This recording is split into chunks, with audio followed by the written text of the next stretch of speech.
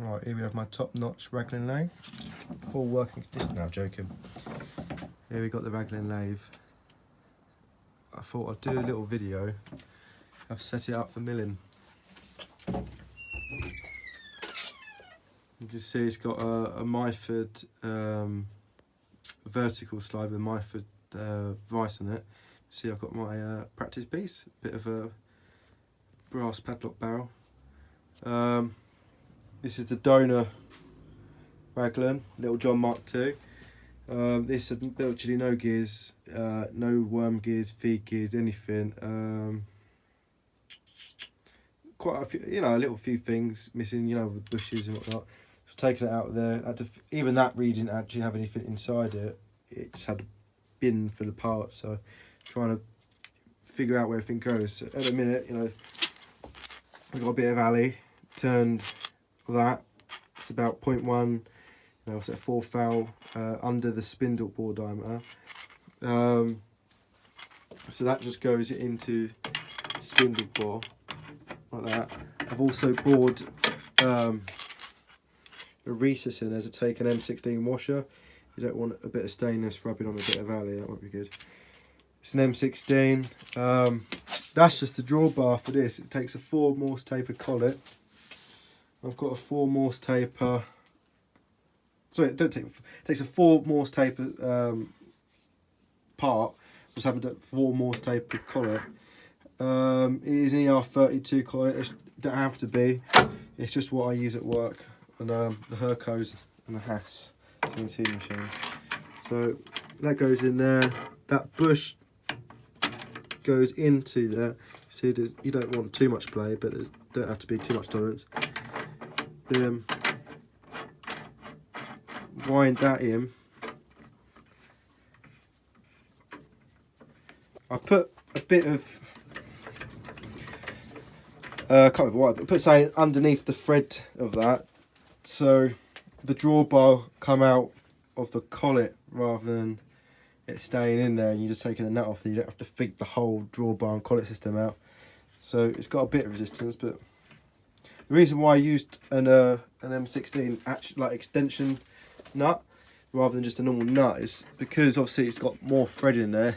It's going to wear less of that lead screw, drawbar, and when it's fully tightened,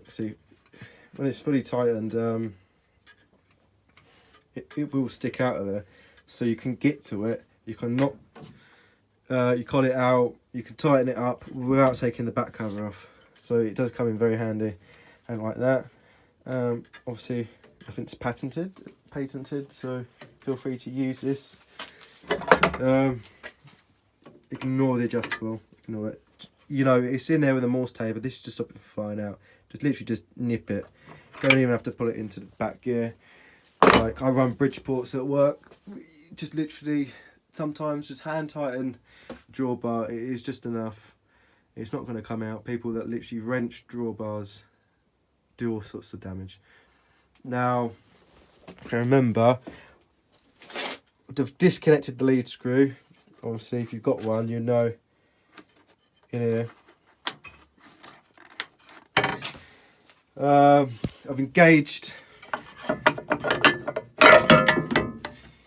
No, I haven't engaged. I have engaged now. The feed screw.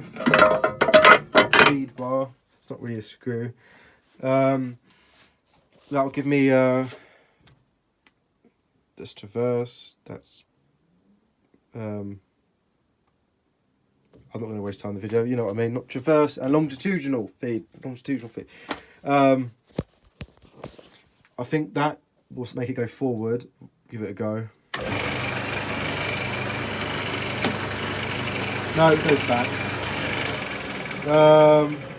No, it's higher that side. I want it kind of going back anyway. I want to touch on this side rather than that. Again, the reason why I have the lead screwed off, obviously you don't want to wear it down too. There's no actual mechanical mechanism to stop the fine feed and the screw cutting to being caged at the same time. If you do that, you will split your apron in half. So that is just normal feed, not screw cutting, just normal feed. It's neutral, and this is longitudinal feed, you know, your slide. I don't know why I didn't get it, it must have just fell. Obviously that's your threading dial. Oil ports, I can't seem to find an oil port in here, but I've just cleaned it, taken it apart and re-greased it. That should be fine for now. Oil port for the spindle, there's another one for the rear spindle bearings.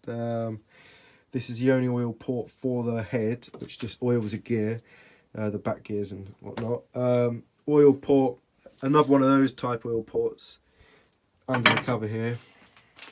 I think there's even oil ports on some gears. Yeah, so as you can see, in there's like a little, in this like bush, whatever you'd call it, where the gears are mounted on, there's like a little groove, like a keyway. And when you put oil in that hole, it will run it down the keyway and keep that lubricated. Just do that. I try not to use too thick of oil. I think I had ISO 68 oil. It was probably a bit too viscous for my liking, because unlike, you know, a full size like Colchester, let's say, which has jets and pumps all the way around constantly, and it's constantly getting flushed, you have to oil it manually, and so obviously the more viscosity you've got in your oil, the harder it is to flush out, you know, bearings and parts, and it will stick all like little bits of metal. You know, if you're doing tool steels and stainlesses, it will wear down those cast iron gears. So I've changed to ISO 32, which is what you should be using on the spindle bearings anyway. As I said, it's not being flushed. You've got to kind of manually do it yourself by pumping in a shot or two of oil each time you use the spindle. Apart from that, don't go too crazy on this. So I'll oil it, and I'll feed it in, out, whatever. I'll get oil everywhere. Then it's kind of like, this is more like a WD-40 engine start, I think. It will, it's like a solvent. Like WD-40 is not really an oil, it's actually like kind of like an oily solvent, like paraffin. If you ever used a spark eroder, I'm a toolmaker by trade, but paraffin is an oil, but it will break down oils at the same time. So if you ever need to clean an oil stone, just soak it in paraffin. I think that is what goes into WD-40 and all these. So I oil it. Got a nice coat of it. Then I'll just spray this on. Let that break the oil down. So now I've got oil in here, and I've got an oil film surface, but I want to wipe all the excess off. So I'll get a clean bit of tissue, and I'll wipe whatever I just sprayed off of there. And that allows to have the tiniest film. Like if you had a bit of paper, you'd probably just about, I'll use the clean side of the bit of tissue. You know what I mean? You just get the tiniest speck of oil in it. And that's what you want on something like this. That's what you want. You don't want anything, you don't want to gloop it on, you don't want to just put 3-in-1, whatever, because you will trap dust, and when the dust gets in there, you will have really exaggerated wear, really premature wear. I've just swapped the slideways over. Originally, these was facing the head, and obviously towards the chuck end, your carriage is running. You're going to be running. I think it feels like a foul to me. I can't remember what I marked it at, but it does feel like a foul. So now I'm running what was the tailstock end. As you can see, the tailstock runs on the inside tracks here, which is caused wear here. And now the carriage is running on virtually unworn surfaces, so it should be quite flat. And now the tailstock's running on, and it kind of meets in the middle, so you can see roughly around here is when the wear for the tailstock starts, and it's kind of like a midpoint. Modified this, so instead of having lock nuts and whatnot, I've got this middle one just to nip it when I do stuff. It's a lot quicker. That's locked in there, that's locked in there, so might as well get it going. So turn it on. You've got your variable speed transmission. I think in the automobile industry it's called a CVT, continuously variable transmission. You get all Audis and whatnot, same kind of concept. So get this out of the way. We're just going to wind this over.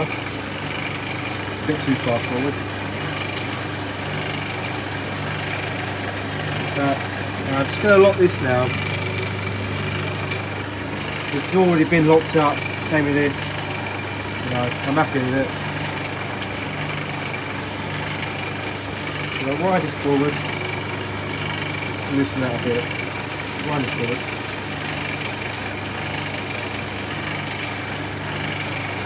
Now, don't cry, I'm going to climb it. This is a rigid enough setup to climb it, as long as you don't go too crazy. I'm going to come in, just double check that's locked up, and I'll lock this up now. Not too much, I want to feed it. That's about right. You come in, you see it's got a high spot here, so I'm going to take this off.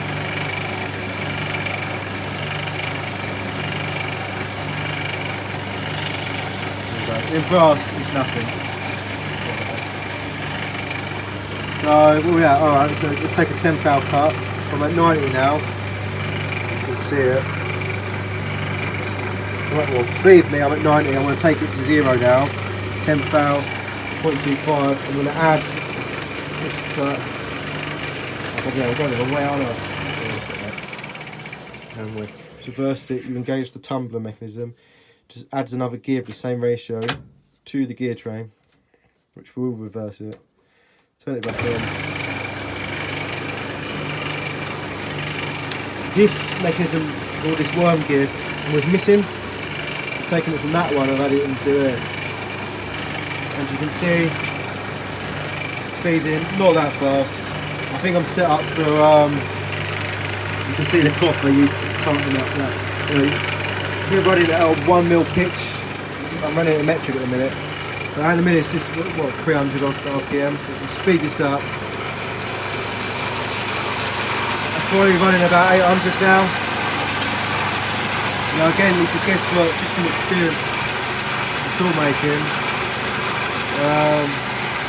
Speeding that in. You don't really need coolant on it, but the cut I'm using is a bit fucked. You don't know it's a double drop.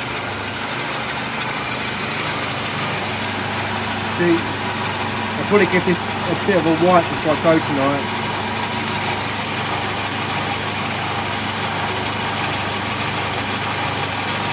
The Myford ML7 vertical slide, with a matching Myford ML7 bias.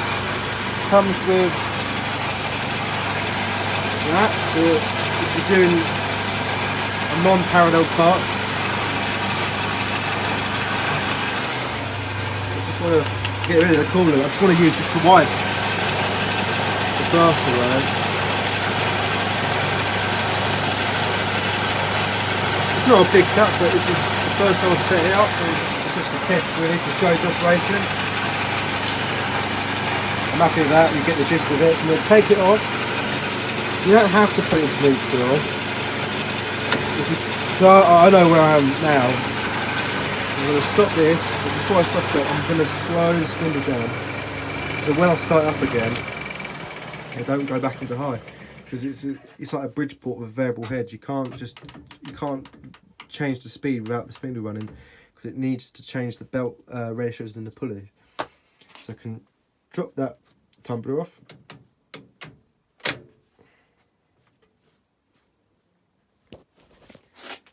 Wind this up. Probably come away a bit more. Right. Winding this up.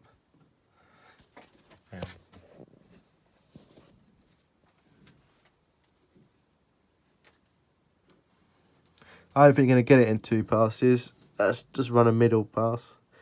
Nah, let's climb it again. You can see just past that.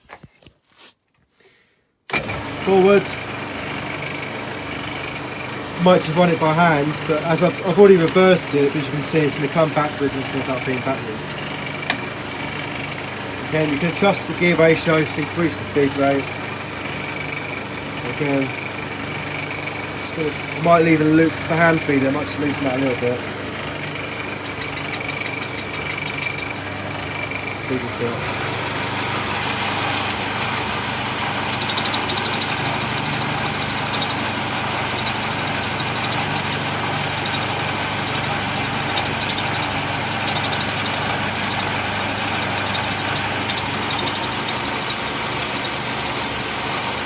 feels quite rigid. I know it's not the most rigid setup. We're doing tighten that a bit now, but again,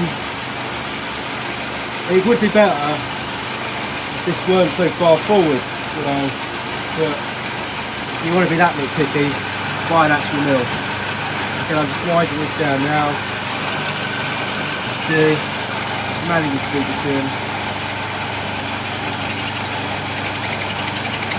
See, I'm not bothered about surface finish now. I just want to show you the operation of it.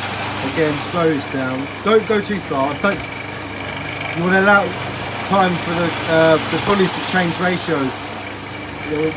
It'll make your belt last a bit longer. You can see, you know, for how quick I was feeding it at the end, it's not a bad finish. Apart from that, there's not really much else to say. You know, it's a pretty decent lathe. It's about the same price point as if you were going to buy a brand new Chinese lathe, and I've seen both in person, and you know, obviously you know what I've chose. I can't really fault it. Obviously, I've been lucky enough to have a spare one. If I didn't, then it probably wouldn't be as well off. But I've got a spare one. I've got it to basically, you know, it's not going to be showroom quality. You know, it's not going to be like as it was 1950s. But at the minute, there's nothing broken on it. Everything works perfectly, apart from the forward and reverse switch. Forward, reverse, and it goes forward again. It just goes forward. I don't know if, you know, what causes that, if it's because it's gone to single phase now or not. I'm a tool maker, not an electrician, so I don't really know. I don't think that's original. I don't know if you can buy it particularly for lathes and the lathe grid, or if it come off some sort of lamp or computer. It looks like the back bit of a computer, an old one. As I said, try and use thin oil, but keep it oiled every time you use it. Don't think, oh, use a thicker oil and just top up the oil once a month.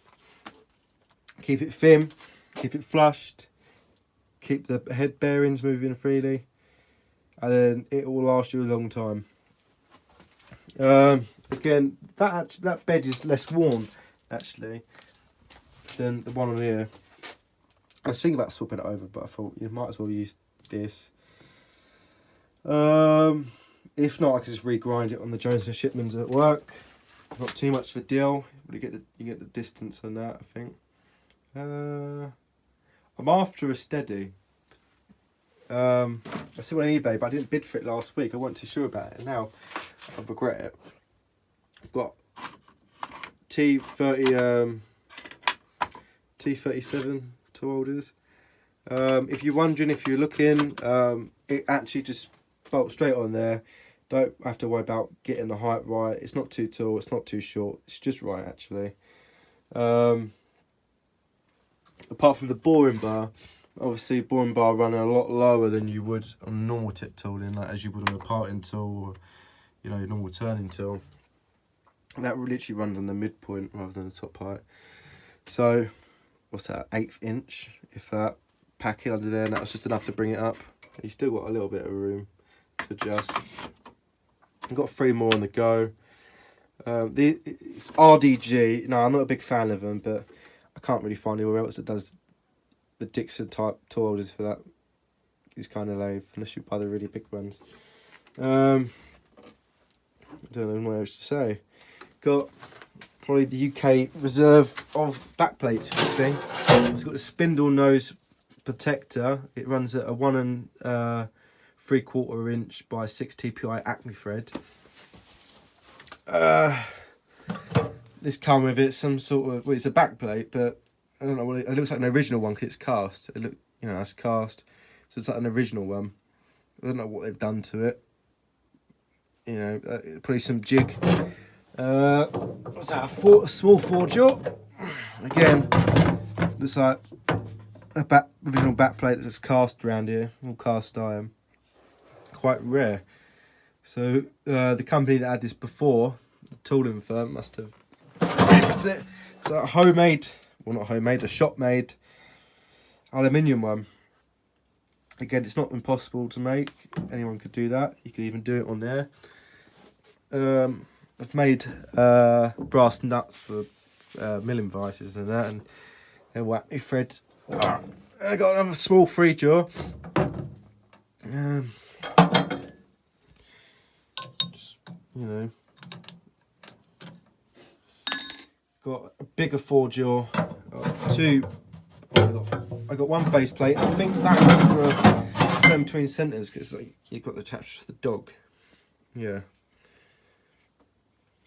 Then between centres. Oh, crikey. That is Raglan parts. I'm not going to bore you the rest of it. I still got the original tool holders for this. Even got the boring bar. You can get lantern ones. This is missing the cross side feed lead screw. Everything else works fine. I actually think it's probably in better nick than that one. But where I've sorted it out now and got everything going, it's within a foul. Now for a hot shot, you know, for a manual lathe as it is, that's pretty good within a foul, especially a 70-year-old lathe and a home shop one. I think what they were going for, because what they were saying in the manual, what have you got here? This is a reproduction one. This is a amalgamation of about 3 different manuals. What they were saying is, basically, yeah, you got this. It's not a big lathe. It's a big bench lathe. But it's not a big lathe, and if, you know, if some of the lathes have got to work, you wouldn't even have to fit in here. But what they do go for is rigidity, because obviously people want to get a lathe like that in a workshop, a tool room, you know, the home, whatever, and just because it's small, they're going to use it for everything. You know, it's going to get used for absolutely everything. And so you're going to need the rigidity there, because they know that people aren't going to just use it for little tiny parts. They're going to be using it to turn like you know, like 8 inches of steel on it. You know, you got no choice sometimes. So they've made it absolutely solid, cast iron everywhere. I mean, no joke, the webbing, you're looking at least 2 inches there. Even the casting like that, it's well over 1 inch per side. It weighs what, 3 3/4 hundredweights, so that's about 180 kilograms or so.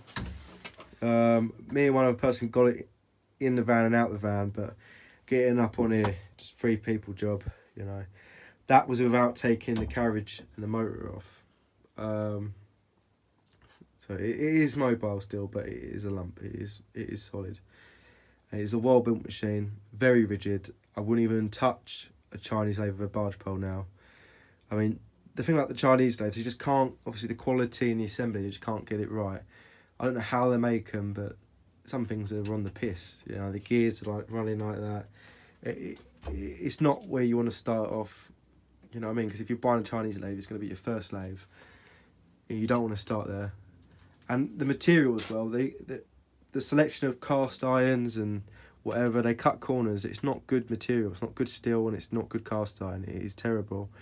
There's, you know, holes in the casting. It's cheap. That this has been hardened. In theory, it's replaced. It's not like you would ever find spares. It is a tank for the size. It's a tank for the size. It, you know, and I think if you've got the room, what is it, 43 inches. So I don't know. You could get away with at least 50 inches of length. I could have had it that way, but I wanted to get bar in here and the drawbar, whatnot.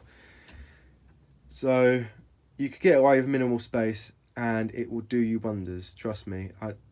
It's not the most powerful motor, but it's geared up, and I haven't had it stall yet. And again, you're not going to be taking 3 mil cuts in steel with this, you know, all that. But yeah, I mean, I'm sure if you're on this video, you would know all about it, because I don't expect to get a lot of views because it's not a popular lathe. And in fact, I hadn't actually heard of it until I got one. You know what I mean? It is up there. And I say, you know, for a 90s, 50s lathe, compared to a Myford, I think this is miles better than a Myford in terms of rigidity. You know, you ain't got pulleys and motors hanging out everywhere. It's all self-contained in here. Like, it is heavier, it's more rigid. I just wish that I got it sooner, but at the same time, I'm glad I did get one in the end, if you know what I mean. I'm glad I didn't go around the Chinese lathe route. Obviously, this was just a demonstration on the milling process, you know, using an ML7 vertical slide, but I will try and keep you up to date. Obviously, during coronavirus time, I'm a toolmaker, we're doing all sorts of medical equipment and research, and not really medical equipment, but we're doing work for pharmaceutical companies. So we do all the research and development work for them and whatnot, and the prototyping. So at the minute I'm flat out, so I'll get home at about 7, half 7, and I'll come in here till about 11 at night, and I'll just tweak it, get it right, clock everything up. You know, this is all I'm doing now, just testing it, you know, just for when I do need it, and I'm impressed so far. I've got clocks here, there and everywhere, checking run out, checking this, checking that, checking play, checking the feel, adjusting, all that. I'm getting it right, and I couldn't be happy with it, especially for a lathe, you know, as old as the people that are using it. Amazing how it's kept up over all these years. This is the more I say more worn on the bed than that one. And it's still keeping tolerances so well. It's rigid, and I'm not going to ramble on for much longer, so I'll let you get on. But yeah, I'll keep you updated with the turning jobs. I plan on making a low profile Jones and Shipman spindle nut for grinders. Left-handed thread. It's a bit of practice on that. I'm just going to nick one from work or draw it up at work or whatever, and then replicate it there. And to make some little 2-2 muzzle flashes, like muzzle brakes, whatever, alley or whatever. Maybe get them anodized, just see how they go at first. I was going to get into some air gun parts, but the market I was looking at were these air pistols, and I got one, and they weren't any good. So I'll keep you updated with the turning jobs.